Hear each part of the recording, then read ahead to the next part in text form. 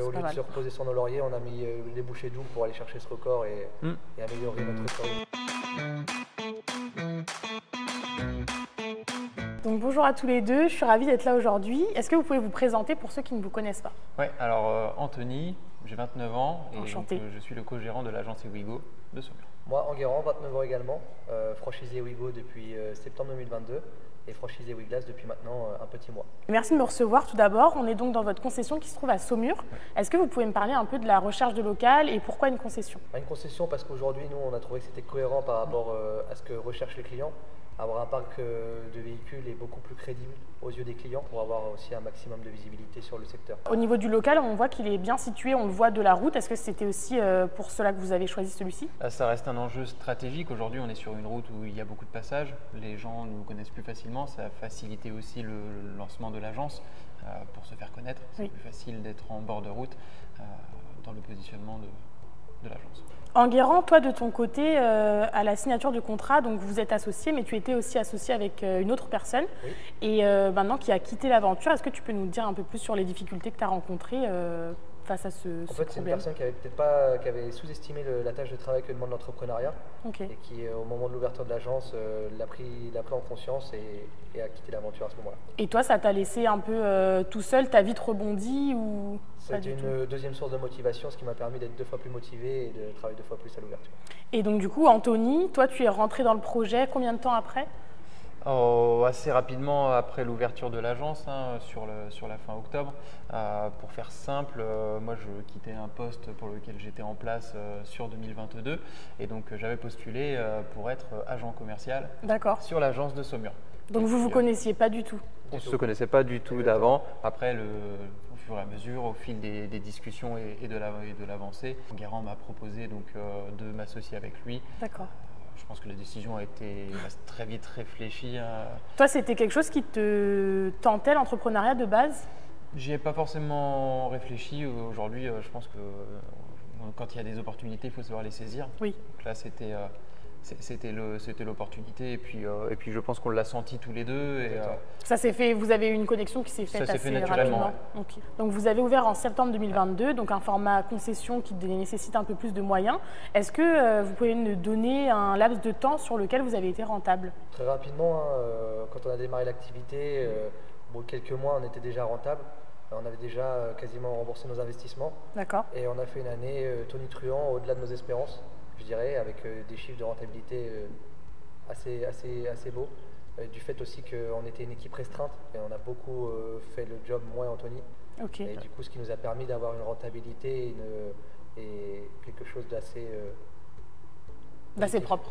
Exactement. On en parlait tout à l'heure, du coup, vous me disiez que vous aviez, vous pouviez rembourser votre emprunt, mais cependant, vous ne souhaitez pas le faire. Pourquoi? Aujourd'hui, garder un emprunt, ça reste quand même intéressant. Aujourd'hui, on a de la trésorerie, ça nous permet de faire des reprises de véhicules, donc d'augmenter notre capacité de vente, d'avoir des véhicules sur lesquels on va avoir de plus fortes marges et également de pouvoir faire d'autres investissements autres que l'automobile.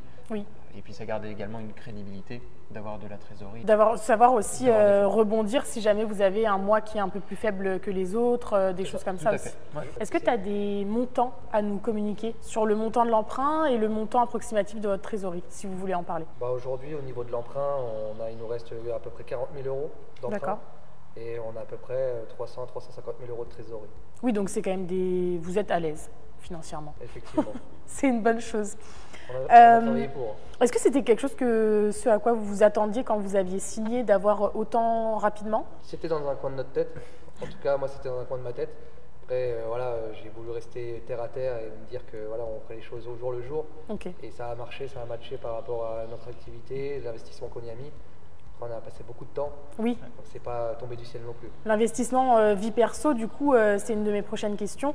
Est-ce que vous arrivez à garder un équilibre ou c'est quand même assez compliqué de savoir se reculer un peu et prendre du temps pour soi? On ne peut pas supprimer sa vie perso, mais on va dire qu'on laisse certaines choses de côté quand même. Aujourd'hui, nous, on a quand même pris parti et fait le choix de passer beaucoup de temps sur l'entreprise, de vraiment développer l'activité à fond pour, on va dire, la pérenniser, la sécuriser au plus vite. Le mois dernier, vous aviez réalisé du coup votre plus gros chiffre d'affaires depuis l'ouverture. Qu'est-ce qui vaut cette augmentation? Comment vous avez réagi à ce plus gros chiffre? Est-ce que vous en êtes ravi? Bien sûr qu'on en est ravi. Après, qu'est-ce qui fait qu'on a fait autant le mois dernier? En fait, on a commencé le mois, on avait déjà pas mal de reprises. Comme je le disais tout à l'heure, la trésorerie sert à ça, à faire des rachats pour les revendre sur lesquels on fera des meilleures marges. Donc on a commencé le mois, on avait pas mal de reprises avec des bonnes marges dessus. On a été au bout d'une semaine quasiment à la moitié du chiffre qu'on a réalisé sur le mois. Donc au lieu de se reposer sur nos lauriers, on a mis les bouchées doubles pour aller chercher ce record et améliorer notre record initial qui datait de juin 2023. C'est bien. Et puis on a une bonne anticipation aussi au niveau des préparations, c'est-à-dire que c'est bien de les vendre, mais il faut pouvoir les livrer en temps et en heure. Et on avait, on va dire, tout anticipé pour que cela fonctionne bien. Et on a eu un déroulement de mois qui s'est puis la disponibilité des vendeurs, des acheteurs, que tout le monde soit assez réactif, c'est important. Est-ce que vous pouvez me parler un peu du pourcentage de reprises et d'intermédiation que vous avez aujourd'hui? Au fait, au départ, on faisait quasiment que de l'intermédiation à l'ouverture de l'agence. Petit à petit, on avait un partenaire, donc un franchisé Wigo, qui nous accompagnait dans les reprises de véhicules, étant donné qu'on a la place et la superficie sur l'agence aujourd'hui pour stocker une grande quantité de voitures. Et donc petit à petit, on est devenu autonome là-dessus. Aujourd'hui, je dirais, on en fait un tiers, 2 tiers. C'est ça, on a 70-30 à peu près. Donc 70 en intermédiation, 30% en reprise. Tout à fait. D'accord. Après, les véhicules sur lesquels on essaie de faire des reprises et qu'au niveau de la proposition, ça passe pas près de nos clients, on les redirige sur de l'intermédiation naturellement et généralement, c'est un peu plus intéressant financièrement pour eux. Est-ce que vous arrivez à voir pour quel type de clients s'adresse plutôt l'un ou l'autre? Très souvent, la reprise, on va surtout la faire. On a un véhicule qui est en intermédiation, on a un acheteur potentiel qui va vouloir acheter cette voiture, mais qui va avoir une reprise à faire. C'est souvent dans ce cas de figure où on va avoir un véhicule à reprendre. D'accord. Du rachat direct, on en fait un petit peu, mais les reprises viennent souvent de vente de véhicules. D'accord. Oui, donc c'est en fait complémentaire, c'est l'acheteur qui vient pour vous revendre, donc ça vous fait 2 mandats en un. C'est ça, en fait, l'avantage au niveau du stock, c'est qu'on vend un véhicule, on en rentre un. Et en fait, c'est surtout la simplicité de la transaction, parce qu'on simplifie la démarche, ils viennent, ils déposent leur véhicule, ils repartent avec le nouveau. Et comme on l'a dit tout à l'heure, vous êtes assez réactif dans la préparation, donc finalement pour le client, ça lui apporte aussi beaucoup de satisfaction. Et puis en complément d'activité, vous avez signé un contrat avec Ewiglass. Qu'est-ce qui vous a motivé à signer? Aujourd'hui, Ewiglass, déjà on a eu l'opportunité de re-signer un projet avec Anthony et Vincent de Bordeaux et Florent qui nous tient à cœur, des personnes qui nous inspirent. D'accord. Et en plus de ça, c'est une activité qui est connexe à l'activité qu'on fait aujourd'hui. Donc on sait que dans notre clientèle actuelle, on a déjà de la clientèle pour notre prochaine activité. Oui, c'est le but de faire des synergies d'activités pour avoir vraiment un pôle automobile demain, pourquoi pas. Exactement, et pourquoi pas de la mécanique par la suite si quelque chose s'offre à nous. Ça va apporter de la complémentarité au métier que l'on fait déjà aujourd'hui et puis ça va pouvoir nous permettre donc d'apporter de la satisfaction à nos clients qui n'auront pas forcément qui n'auront pas besoin de se déplacer pour aller trouver quelqu'un pour faire un remplacement de pare-brise, une réparation d'impact.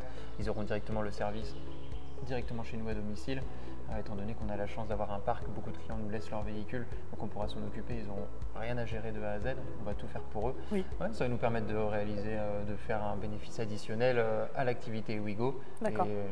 Mais on va surtout chercher la complémentarité et essayer de boucler cette boucle automobile. L'avantage aussi de la symbiose de ces activités, c'est de mutualiser les coûts. Aujourd'hui, en un loyer, on a les 2 activités, il y a pas mal de coûts qui sont mutualisés. Et donc le risque sur la deuxième activité est minime. Eh bien écoutez, je vous remercie. C'était ma dernière question avec vous. Super. Merci de m'avoir reçu. Si vous avez aimé cette interview et que ça vous a apporté un peu plus d'idées sur votre projet entrepreneurial, je vous laisse mettre un j'aime et un commentaire. Et puis on se dit à la prochaine pour une prochaine vidéo. Au revoir. À bientôt. À bientôt.